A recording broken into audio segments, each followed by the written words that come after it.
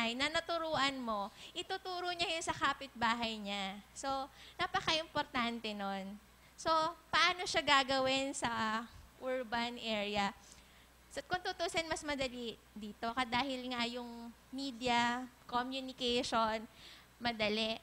But, all it takes, siguro, ay mga doktor na may puso.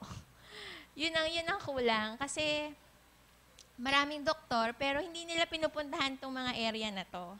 So, it takes really heart and sacrifice to do that. So, sabi nga nila, heroic yung ginagawa mo na talagang pupunta ka doon. Talagang heroic siya. So, hindi lahat ng doktor ganon. So, yun yung kailangan. Yung mga doktor na gagawin yon. So, kung tutusin, mas madali sana. Thank you very much. Any more comments? Maybe as Pretzel and Alan pointed out, Dr. Leah Salvatierra is also here. She's also a graduate of the Leaders for Health program. She's still in the area. She's here to accompany her mayor, who was a storyteller this morning. So she's still the municipal health officer of Bindoy, Negros Oriental. Any more? Yes. Good afternoon. I will just like to ask, since sinabi niyo po na kulang po yung mga doktor na may puso, especially ito po sa city. Tapos, he also mentioned na it is important to replicate yourself, like sa mga communities. How would you think that you can replicate yourself in terms of being a doctor, na sana mas dumami ang doktor na tulad po ninyong dalawa? So, how would you think you can influence other people? So, thank you sa question na yan. So, kami kasi initially, hindi naman namin alam na ganito yung papasukin namin eh. Hindi rin namin, basta, ako hindi ko rin talaga alam eh. Accidental nga lang eh. But, the LHP program, the Leaders for Health program, it changed our lives. Until now, masasabi namin na we were never the same doctors when we entered the program. So, the Leaders for Health program taught us, inspired us, and changed us forever. So, ito yung 4 years na journey at nakita namin kung ano yung, so, proseso siya. So, hindi siya instant na naging ganito kami agad. So, nagkaroon ng proseso. Bakit kami naging ganito? At until now, hindi ko nasabi kanina, as a family, we've decided to go back to Dinagat Islands. So, by this year, the whole family will go back. So, even my husband has agreed that we will stay in that area and practice there. So, kasi nandoon, dahil nabago na kami, o yung fulfillment namin, yung definition namin ng saya, ng fulfillment, nag-iba na. So, mas nagkaroon kami ng fulfillment doon sa area na ganon. Lalo na ngayon na mas konti na yung gustong pumunta sa Mindanao. Dahil sa mga masasamang balita sa Mindanao. So, akala nila buong Mindanao ay parang Maguindanao. So, mas lalong wala nang gustong pumunta doon. So, yun yung gusto namin. We will go where nobody wants to go. So, yun yung naging challenge sa amin. At buong pamilya na ito, magsistay na kami doon. So, nasagot ko ba yung tanong? Good afternoon, Doc. I'm from Ayala Land, no? You've been talking about the practice directly to the future doctors, but kami from Ayala Land, why am I here? Why am I not in the mobilizing communities session? Because we're also exploring ways how to bring to our communities health services as part of our corporate social responsibility. Yes, we bring livelihood, yung mga trainings through TESDA, but our health aspect is just the medical and dental missions, which is technically a dole out. No? So forward-looking, we're exploring programs na mai-instill namin sa communities na hindi siya dole out. So, ang tanong ko, what does the community need ba talaga? Is it facility?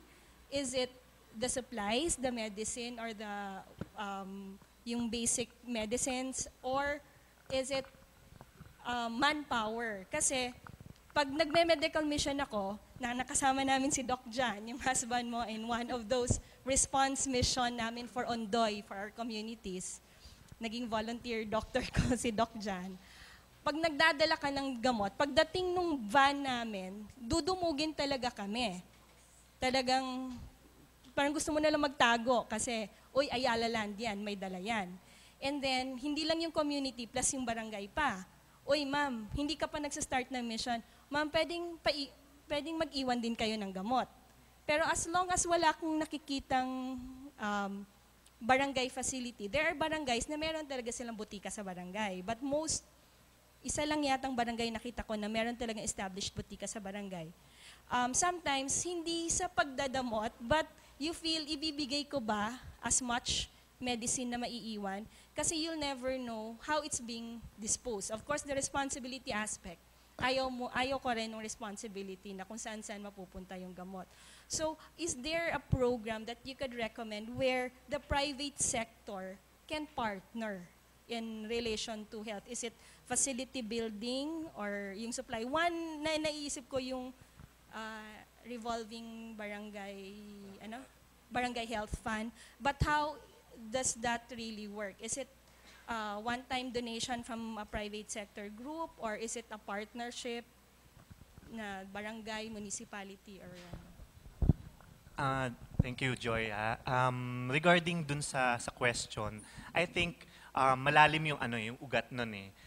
Nasanay kasi ang ating mga kababayan o yung community natin for dole outs. Isa na nga yung medical mission eh. Personally, I have nothing against medical missions kasi it's a humanitarian activity na binibigay ng ating mga kababayan sa mga in need, no? Pero ang kinaayawan ko is yung aspeto ng attitude ng ating kababayan towards that, no? Walang sakit pero bigla na magkakasakit. Para lang makakuha ng commodity o yun ng goods na dinodonate, no. I think pagka-established kasi ang community, for example, ang programs ng isang community, like in my place, strict na regular ang barangay visit ko. Pumupunta talaga ako doon and I know what the problem is, ano yung needs nila, nakaprograma yun sa aking budget, sa health. Aside syempre kapag emergencies, disasters, ganyan, ibang bagay yon. Doon sigurong pabor ako.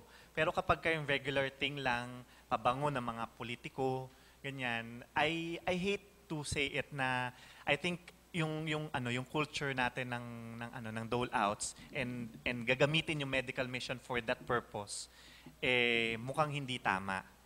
And I think hindi naman nila kailangan ng medical mission kung regular naman yung parang medical mission yun, yung ginagawa namin when we go to barangays.